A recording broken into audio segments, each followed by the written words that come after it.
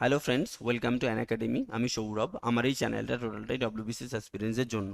আজকে আমরা যে টপিকটা নিয়ে কথা বলবো সেটা হচ্ছে WBCS এ কী করে নোট তৈরি করলে খুব অল্প সময়ে সাকসেস পাওয়া যায়।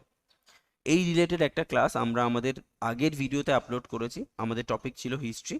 সেখানে আমরা অ্যানশিয়েন্ট হিস্ট্রির ক্ষেত্রে সমস্ত রাজাদের একটা ক্রোনোলজির পিডিএফ আপনাদের সঙ্গে শেয়ার করেছিলাম, এবং সেখানে আমরা দেখিয়েছি যে কি করে এত হিউজ ইনফরমেশনকে খুব অল্প জায়গার মধ্যে নিয়ে আসা যায়, এবং পিডিএফটা কি করে ডাউনলোড করবেন সেটাও বলে দিয়েছিলাম। সেই ভিডিওটি যদি আপনারা না দেখে থাকেন তো অবশ্যই দেখে নিন।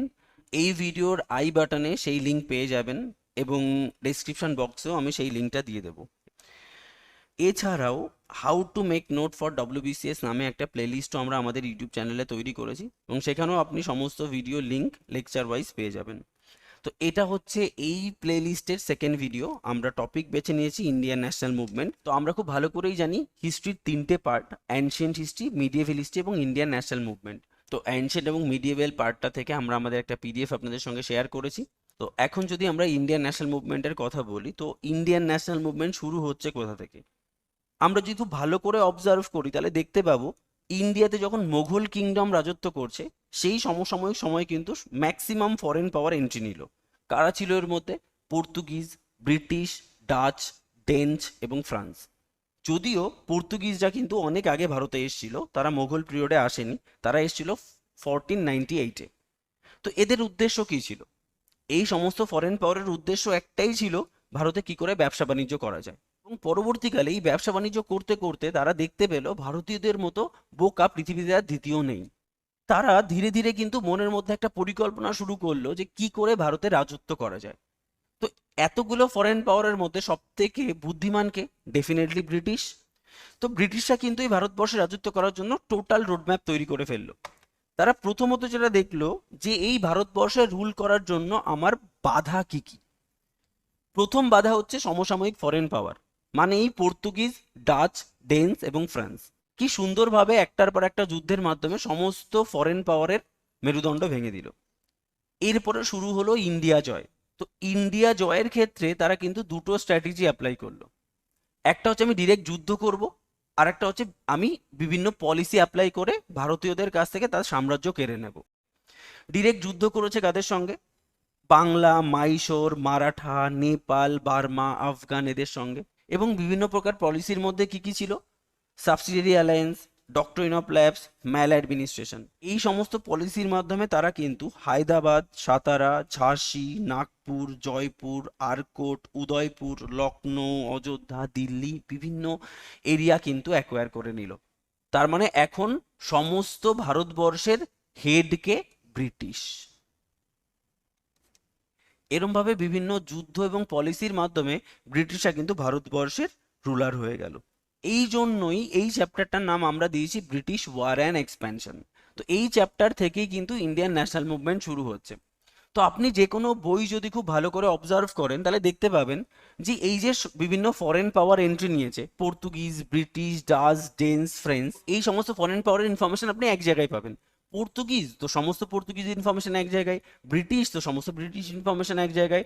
এই নোটটাকে আমরা প্রথাগত রুলের বাইরে গিয়ে দুটো ভাগে ভাগ করেছি, একটা হচ্ছে স্ট্যাটিক পার্ট, আর একটা হচ্ছে থিওরিটিক্যাল পার্ট।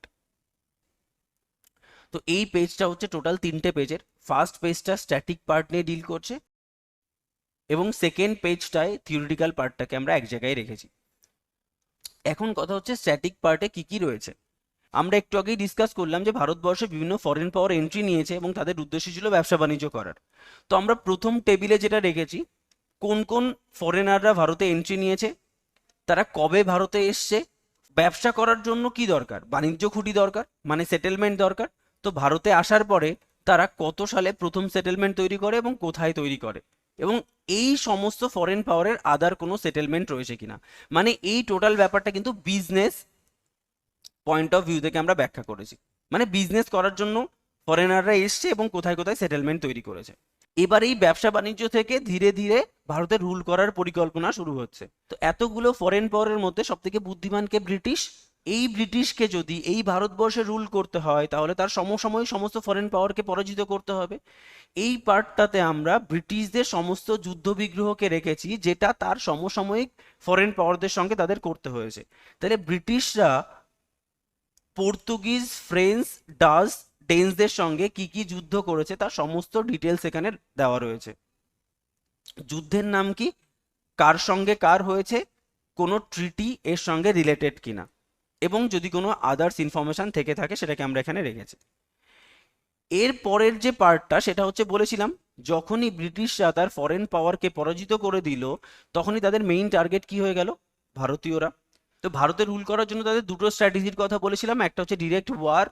তো এই টেবিলটা হচ্ছে ডিরেক্ট ওয়ার নিয়ে ডিল করছে, আর এই টেবিলটা হচ্ছে টোটাল পলিসি নিয়ে ডিল করছে। মানে যে সমস্ত দেশীয় রাজাদের সঙ্গে যুদ্ধ করেছে সেই যুদ্ধের নাম, কত সালে সেই যুদ্ধটা হয়েছিল, সেই যুদ্ধের সঙ্গে কোনো ট্রিটি ইনভলভড কিনা, কত সালে সেই ট্রিটিটা সম্পন্ন হয়েছিল। এবং সব থেকে গুরুত্বপূর্ণ পোর্শন হচ্ছে এই পোর্শনটা, যে এই সমস্ত যুদ্ধ চলাকালীন সমসাময়িক সময়ে ভারতবর্ষের গভর্নর বা গভর্নর জেনারেল বা ভাইসরয় কারা ছিলেন। এবং ডব্লিউবিসিসি ধরে ধরে কোশ্চেন আসে যে ব্যাটল অফ পলাশির সময় ভারতবর্ষের গভর্নর কে ছিলেন, ফার্স্ট অ্যাংলো মারাঠা ওয়ারের সময় ভারতের গভর্নর জেনারেল কে ছিলেন। তো এই সমসাময়িক যুদ্ধের সঙ্গে কোনো ভাইসরয় বা কোনো গভর্নর বা কোন গভর্নর জেনারেল ইনভলভড কিনা সেটা কিন্তু খুবই গুরুত্বপূর্ণ, সেইটাকে আমরা এখানে রেখেছি। এর পরের পার্টটা হচ্ছে সেই পলিসির পার্টটা, মানে ভারতবর্ষে রুল করার জন্য ব্রিটিশরা বিভিন্ন অনৈতিক পলিসি নিয়েছিল, যেমন সাবসিডিয়ারি অ্যালায়েন্স, অধীনতামূলক মিত্রতা নীতি, ডক্ট্রিন অফ ল্যাপস মানে সত্য বিলোপ নীতি, এবং ম্যাল অ্যাডমিনিস্ট্রেশন মানে কুশাসন। তো এই সমস্ত পলিসির মাধ্যমে ব্রিটিশরা কোন কোন দেশীয় রাজ্যকে অ্যাকোয়ার করে সেটা কিন্তু খুব গুরুত্বপূর্ণ, এবং এই পলিসিগুলো কবে নেওয়া হয় এবং কোন স্টেটকে কত সালে কোন পলিসির মাধ্যমে অ্যাকোয়ার করা হয় সেই সমস্ত ইনফরমেশন কিন্তু খুব গুরুত্বপূর্ণ, এবং সেই পোর্শনটাই আমরা এখানে রেখেছি। তার মানে এই যে পোর্শনটা এটা হচ্ছে টোটাল স্ট্যাটিক পোর্শন। টোটাল চ্যাপ্টারটাকে যদি দেখা যায়, কার সঙ্গে কি যুদ্ধ হয়েছে, যুদ্ধ কত সালে হয়েছে, তার সঙ্গে কোনো ট্রিটি ইনভলভড কিনা, কোন গভর্নর, গভর্নর জেনারেল বা ভাইসরয় ছিলেন কিনা, বা যে যে পলিসি নেওয়া হয়েছে কে এই পলিসি নিয়েছে, কোন স্টেটকে অ্যাকোয়ার করেছে, সমস্ত ইনফরমেশন জাস্ট স্ট্যাটিক আকারে দিয়ে দেওয়া হয়েছে। এর পরের পোর্শনটাকে আমরা সাজিয়েছি পুরো থিওরিটিক্যাল আকারে, মানে আর পাঁচটা বইয়ের মতো ইনফরমেশন জাস্ট এখান থেকে স্ট্যাটিক পোর্শনটাকে তুলে আমরা ফার্স্ট পেজে সাজিয়েছি। শুধুমাত্র থিওরিটিক্যাল পোর্শনটা এখানে থেকে গেছে। কিরকম ভাবে সাজানো হয়েছে, পর্তুগিজ রিলেটেড অল ইনফরমেশন, কবে এসছে, কে প্রথম আসেন, এদের সময় গভর্নর কে ছিলেন, তাদের কোনো পলিসি ছিল কি না, এদের হেডকোয়ার্টার কোথায় ছিল, কোন কোন জায়গায় সেটেলমেন্ট তৈরি করেন, হেডকোয়ার্টার শিফট হয়েছে কিনা, এই সমস্ত ইনফরমেশন কিন্তু আমরা ওয়ান বাই ওয়ান করে পাবো। পর্তুগিজদের ক্ষেত্রে পাবো, ব্রিটিশদের ক্ষেত্রে পাবো, ডাচ, ডেঞ্চ, ফ্রেঞ্চদের ক্ষেত্রে পাবো। তো এই নোটে আমরা আর একটা জিনিসকে অ্যাড করে দিয়েছি, এই বাংলায় দুটো বিখ্যাত যুদ্ধ হয়, একটা হচ্ছে ব্যাটেল অফ পলাশি আর ব্যাটেল অফ বক্সার। তো এই ব্যাটেল অফ পলাশি বা ব্যাটেল অফ বক্সার যখন হয়েছিল তখন বাংলায় নবাবী শাসন ছিল। মুর্শিদ কুলি খান কিন্তু এই নবাবী শাসন প্রতিষ্ঠা করেন, এবং সেই জন্য বাংলার নবাব কারা ছিল তার একটা ক্রোনোলজিকে আমরা এখানে দেওয়ার চেষ্টা করেছি। এবং এর মধ্যে দুজন নবাব খুব গুরুত্বপূর্ণ, একজন হচ্ছে সিরাজউদ্দৌলা, যার সঙ্গে হয়েছিল ব্যাটেল অফ পলাশি, সেই ব্যাটেল অফ পলাশির যুদ্ধের অল ডিটেলস এখানে আমরা রেখেছি। এবং আরেকজন নবাব হচ্ছে খুব গুরুত্বপূর্ণ, মীর কাসিম, যার সঙ্গে যুদ্ধ হয়েছিল ব্যাটেল অফ বক্সার। তো battle of boxer related all information আমরা এখানে রাখার চেষ্টা করেছি। এবং এই সমস্ত ইনফরমেশনের বাইরেও কিছু ইম্পর্টেন্ট ইনফরমেশন তো থেকেই যায়, সেগুলোকে আমরা এখানে রেখেছি। এই নোটটা পড়ার পরেও আমরা প্রচুর এমসিকিউ সলভ করব, সলভ করার পরে যদি আমরা আরও কিছু ইনফরমেশন পাই তো সেই ইনফরমেশনগুলো আমরা ইজিলি এই জায়গাটায় আপলোড করে নিতে পারবো। তো এরকম ভাবে আমরা টোটাল নোটটাকে সাজানোর চেষ্টা করেছি। তো এই নোটটাও আমি আপনাদের সঙ্গে শেয়ার করব।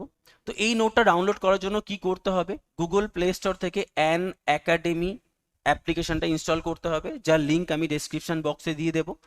অ্যান একাডেমি অ্যাপ্লিকেশনটা ইনস্টল হয়ে যাওয়ার পর ফোন নাম্বার দিয়ে লগ ইন করবেন। তো অ্যাপটা ওপেন করার পরে আপনারা এরকম একটা ইন্টারফেস পাবেন।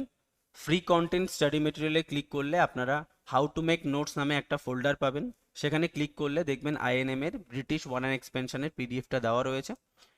তো সেই পিডিএফ এর উপরে ক্লিক করলে ডাউনলোড হয়ে যাবে এবং এটাকে আপনি প্রিন্ট করে দেখে নিতে পারবেন। তো এই সমস্ত ভিডিওর একটাই উদ্দেশ্য যে কি করে আপনি নোট তৈরি করবেন। তো আমার মনে হয় এরকম ভাবে যদি আপনি নোট তৈরি করতে পারেন তো সেটা মনে রাখাটা যেমন সহজ হয় এবং সেটাকে পরীক্ষায় অ্যাপ্লাই করাটাও সহজ হয়ে যায়। এত বড় টপিকটা খুব অল্প জায়গার মধ্যে চলে আসে। তো এই সমস্ত নোট পড়েই কিন্তু আমি প্রিলি এবং মেন পাস করেছি এবং গ্রুপ এর ইন্টারভিউ দিয়েছি। তো এই নোটের গুরুত্ব আমার সাকসেসের ক্ষেত্রে কিন্তু অনস্বীকার্য। এইভাবে নোট তৈরি করে নিন, তাহলে ডব্লিউবিসিএস এর এত বড় সিলেবাসটা না খুব অল্প জায়গার মধ্যে চলে আসবে। তো আজকে আমাদের ভিডিওর উদ্দেশ্য এটাই ছিল। তো ভিডিও এখানেই শেষ করব। Thank you friend, all the best, Jai Hind.